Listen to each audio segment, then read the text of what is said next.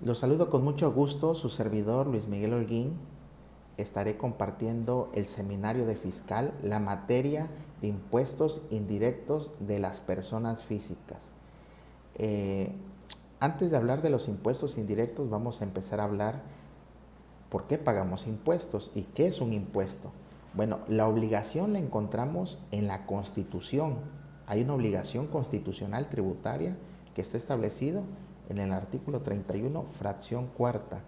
Ahí señala que es obligación de los mexicanos contribuir para los gastos públicos de la manera proporcional y equitativa, federación, estados y municipios, según dispongan las leyes. De ese artículo 31, fracción cuarta, se desprenden 4 principios básicos. Pueden haber más, pero estos son los básicos. ¿Cuáles? Principio de destino al gasto público. Esto significa que todas las contribuciones tienen una justificación. La justificación se encuentra en que están destinadas al gasto público. 2. Principio de equidad tributaria. Significa que es un trato igual a los iguales y desigual a los desiguales.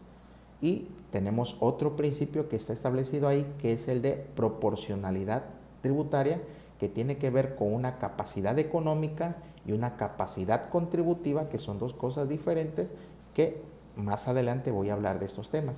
Y el principio de legalidad tributaria también se desprende de este 31, fracción cuarta, que dice que todo impuesto, toda contribución debe de estar establecida en una ley, en una norma que emane del poder legislativo.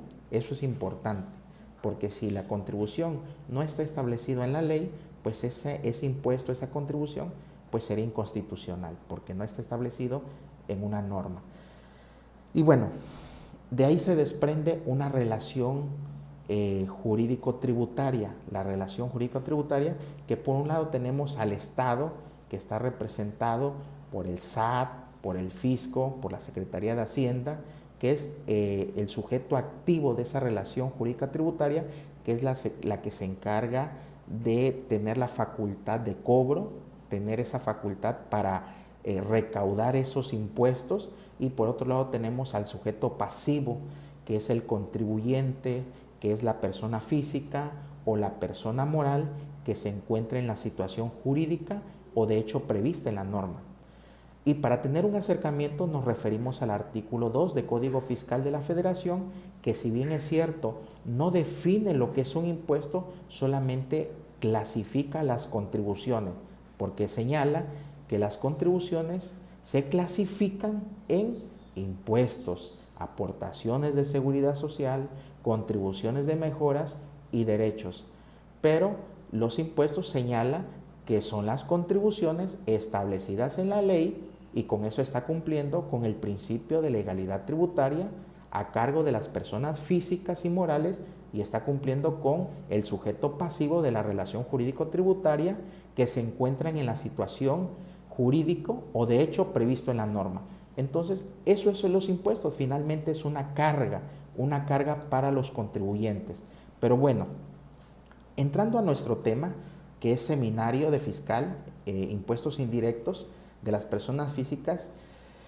Dentro de los impuestos tenemos una clasificación, la clasificación que está referida a impuestos directos y a impuestos indirectos. Los impuestos indirectos gravan el consumo, a diferencia de los impuestos directos, que están más encaminados a gravar la riqueza, a gravar el incremento patrimonial, que tiene que ver con la capacidad contributiva, con la capacidad económica, a diferencia de los impuestos indirectos, que solamente está afectando el consumo. Es decir, que quien va a pagar los impuestos indirectos finalmente es el consumidor. Ejemplo de impuestos indirectos: el impuesto al valor agregado y el impuesto especial sobre producción y servicios. Estos dos tipos de impuestos son conocidos como impuestos indirectos, porque finalmente quien paga el impuesto al valor agregado, ¿quién es? El consumidor. El consumidor, ¿por qué?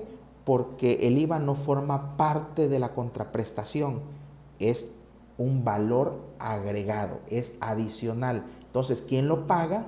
Finalmente es el consumidor. Por eso son conocidos como impuestos indirectos.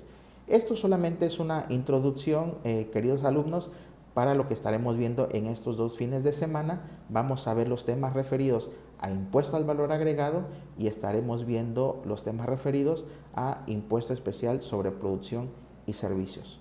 Los saludo con mucho gusto y nos vemos el día de mañana. Gracias.